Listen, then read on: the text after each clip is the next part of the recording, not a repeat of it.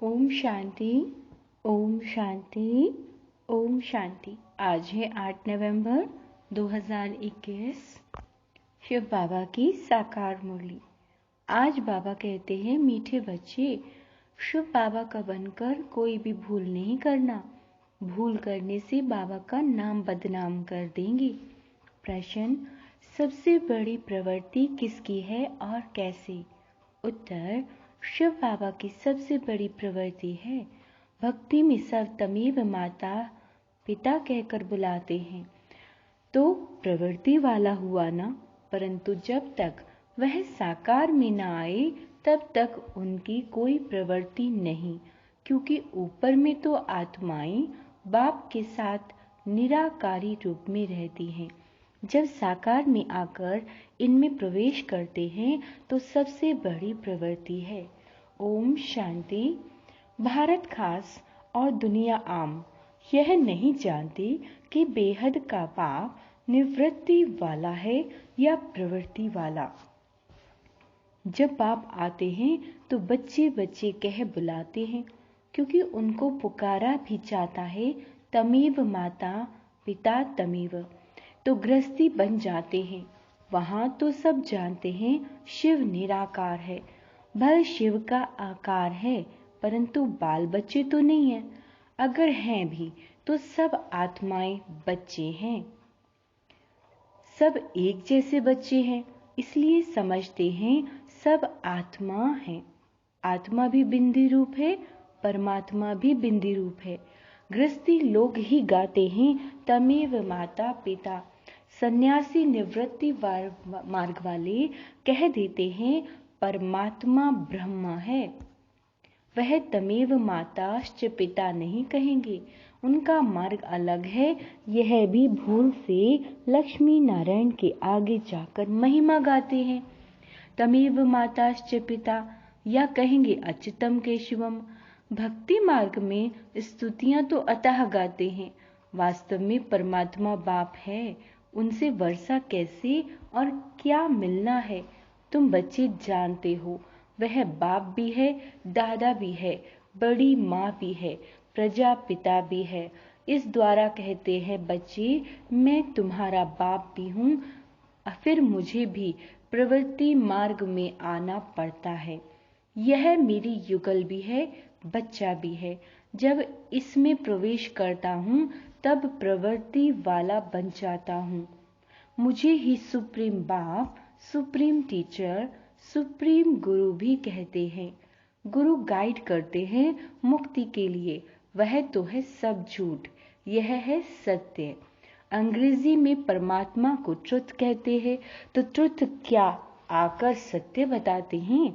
यह किसी को पता नहीं है, यह तुमको भी पता नहीं था। तो जैसे नई बात हो गई ना, वह ज्ञान सागर सचखंड स्थापन करने वाला है। जरूर कभी सच बता करके गया होगा, तभी तो गायन है।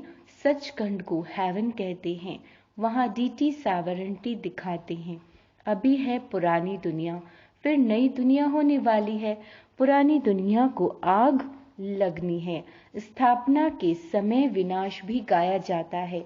करण करावनहार परमात्मा गाया हुआ है। ब्रह्मा द्वारा स्थापना करते हैं, कैसे कराते हैं वह तो खुद ही आकर बताएंगे।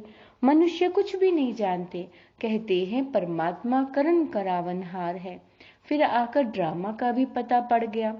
कलयुग अंत, सतयुग आदि, इस संगम को ही उच्च मानना चाहिए।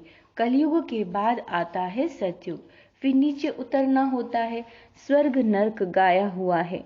मनुष्य मरते हैं तो कहते हैं स्वर्गवासी हुआ। जरूर कोई समय स्वर्गवासी हुए हैं। यह खास भारतवासी ही कहते हैं, क्योंकि जानते हैं भारत सबसे प्राचीन है, तो जरूर यही हेवन होगा। बातें कितनी सहज हैं, परंतु ड्रामा अनुसार समझते नहीं हैं। तब तो बाप आते हैं समझाने, पुकारते भी हैं, बाबा आओ, आप में जो नॉलेज है वह आकर हमें दो, पतितों को पावन बनाने आओ। फिर कहते हैं हमारा दुख हर कर सुख दो, परंतु यह पता नहीं कि क्या नॉलेज देंगे, क्या सुख देंगे। तुम बच्चे जानते हो वह बाप हैं तो जरूर बाप से रचना हुई होगी। फादर माना रचता। बच्ची ने फादर कहा तो क्रिएशन ठहरी। क्रिएशन भी जरूर कहाँ से पैदा होगी, फिर बच्चे को प्रॉपर्टी भी दी जाएगी ना। यह तो कॉमन बात है, इसलिए ही मुझको तमेव माता पिता कहते हैं। तो बड़ा बाबा बड़ा गृहस्थी हुआ ना, बुलाते भी हैं, हे माता पिता आओ आकर पावन बनाओ। अब फादर तो है, परंतु मदर बिगर रचना कैसे हो सकती है। बाबा कहते हैं यह फिर यहाँ रचना बाबा कैसे रचते हैं, यह है बिल्कुल नई बात। यहाँ तो बहुतों की बुद्धि में ठहरा ही नहीं है, और सब जगह सिर्फ परमात्मा को फादर कहकर बुलाते हैं। यहाँ दोनों हैं, फादर मदर।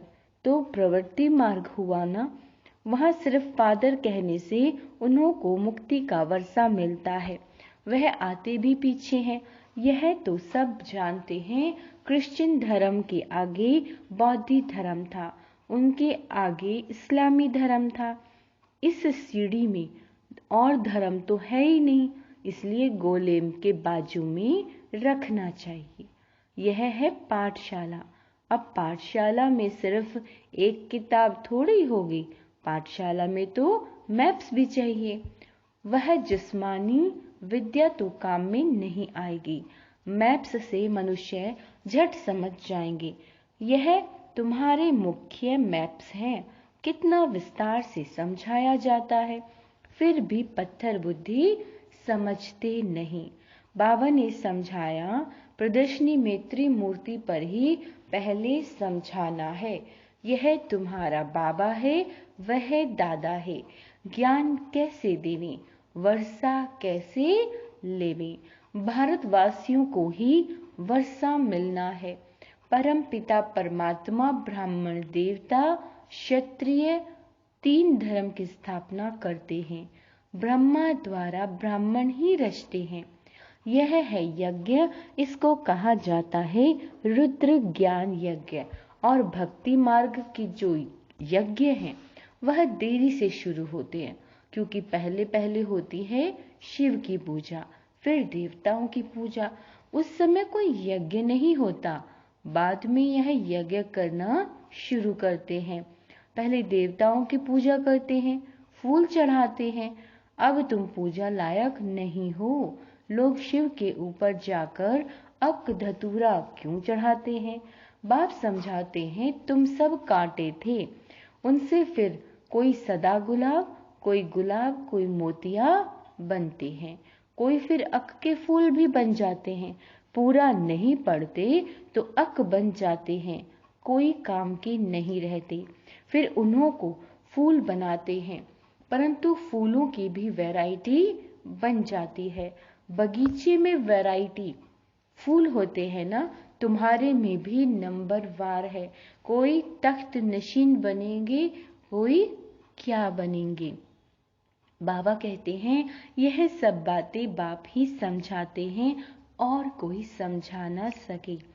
भक्ति मार्ग कितना लंबा चौड़ा है, परंतु उसमें ज्ञान जरा भी नहीं है।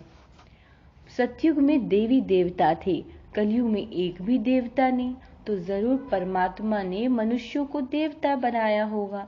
तो बाप आकर ऐसा कर्म सिखलाते हैं जो मनुष्य सीख कर दैवी गुण धारण कर देवी देवता बन गए। और धर्म वाले क्या सिखलाएंगे, क्योंकि उन्हों के तो ऊपर से उनके पिछाड़ी में आना है, तो वह सिर्फ पवित्रता का ज्ञान देते हैं। क्राइस्ट जब आता है तो क्रिश्चियन तो कोई है नहीं, ऊपर से उनके पिछाड़ी आते हैं। बाबा ने समझाया है मुख्य है 4 धर्म। जो धर्म स्थापन करते हैं उनका जो शास्त्र है उसको कहा जाता है धर्म शास्त्र। तो मुख्य 4 धर्म है, बाकी सब है छोटे छोटे धर्म जो वृद्धि को पाते रहेंगे। इस्लामी धर्म का शास्त्र अपना और बौद्धियों का। बाबा कहते हैं तो धर्म शास्त्र सिर्फ यही ठहरे। ब्राह्मण धर्म तो अभी का है, वो लोग गाते हैं ब्राह्मण देवताय नमः।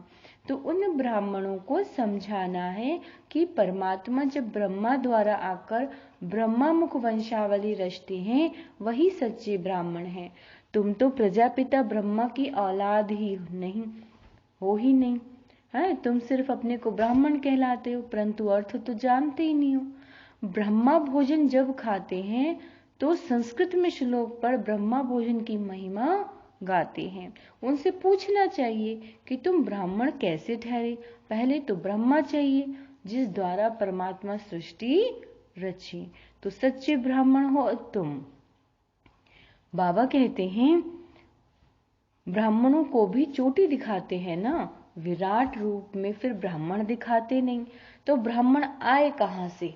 तुम अपने को ब्राह्मण कहलाते हो, तो परमात्मा जब आकर ब्रह्मा द्वारा नई रचना रचे तब ब्राह्मण हो। फिर ब्राह्मण ही देवता बनते हैं। ब्राह्मण होते ही संगम पर है। कलयुग में सब शूद्र हैं। ब्राह्मणों की बड़ी महिमा करते हैं। ये सब बातें बाबा समझाते हैं। अल्फ बे बाकी है डिटेल। भक्ति का भी समझाना पड़े। बाबा कहते हैं तुम कोई भगत हो। बाकी बाबा कभी गुस्सा आदि नहीं करते। बाप समझाने तो देगा ना, क्योंकि बच्चे अगर भूल करते हैं तो नाम बदनाम किसका होगा? शिव बाबा का। इसलिए बाबा बच्चों के कल्याण अर्थ शिक्षा देते हैं।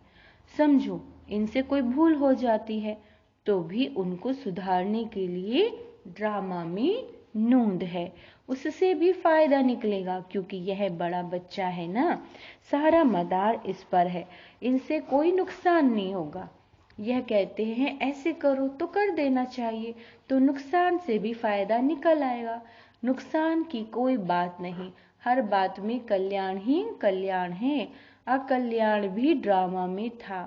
भूलें तो सबसे होती रहेंगी, परंतु अंत में कल्याण तो कोई भी हालत में होना है, क्योंकि बाप है कल्याणकारी।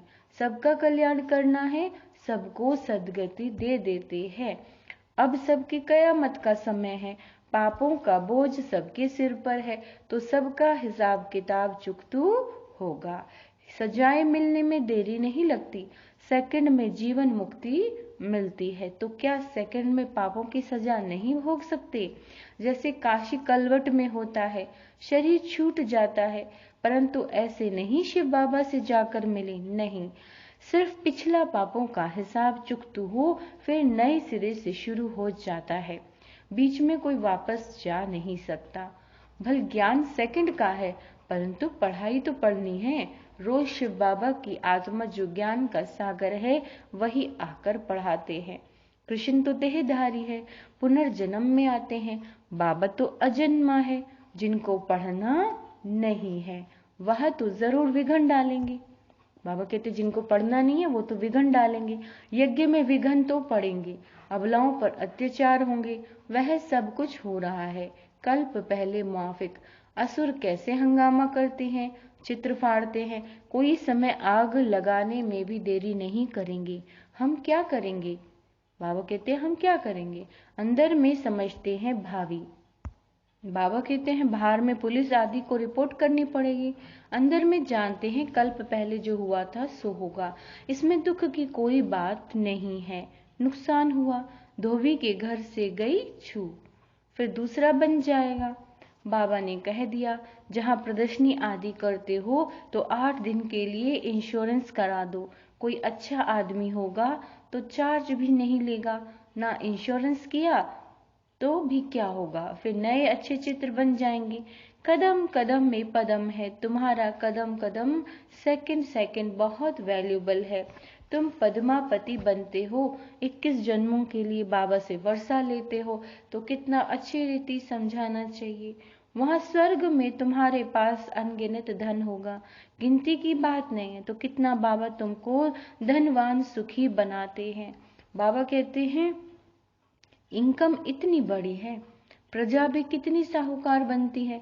यहाँ है सोर्स ऑफ इनकम 21 जन्म के लिए। यह है मनुष्य से देवता बनने की पाठशाला। पढ़ाता कौन है? बाप। फिर ऐसी पढ़ाई में गफलत नहीं करनी चाहिए। अच्छा, मीठे मीठे से लदे बच्चों प्रति माता पिता बाप दादा का याद प्यार और गुड मॉर्निंग रूहानी बाप के रूहानी बच्चों को नमस्ते। हम रूहानी बच्चों के रूहानी बाप दादा को याद प्यार गुड मॉर्निंग, नमस्ते मीठे बाबा, नमस्ते। धारणा के लिए मुख्य सार। सदा स्मृति रहे कि इस कल्याणकारी युग में हर बात में कल्याण है। हमारा अकल्याण हो नहीं सकता। हर बात में कल्याण समझ सदा निश्चित रहना है। सदा गुलाब बनने के लिए पढ़ाई पर पूरा पूरा ध्यान देना है। पढ़ाई में गफलत नहीं करनी, अक का फूल नहीं बनना है। वरदान है, सबको रिगार्ड देते हुए अपना रिकॉर्ड ठीक रखने वाले सर्व के स्नेही भव। जितना जो सभी को रिगार्ड देता है उतना ही अपने रिकॉर्ड को ठीक रख सकता है। दूसरों का रिगार्ड रखना अपना रिकॉर्ड बनाना है। जैसे यज्ञ के मददगार बनना ही मदद लेना है, वैसे रिगार्ड देना ही रिगार्ड लेना है। एक बार देना और अनेक बार लेने के हकदार बन जाना। वैसे कहते हैं छोटों को प्यार और बड़ों को रिगार्ड दो, लेकिन जो सभी को बड़ा समझकर रिगार्ड देते हैं वह सबके स्नेही बन जाते हैं। इसके लिए हर बात में पहले आपका पाठ पक्का करो। स्लोगन है, बाप दादा की मिली हुई शिक्षाएं समय पर याद आना ही तीव्र पुरुषार्थ है। अच्छा, ओम शांति।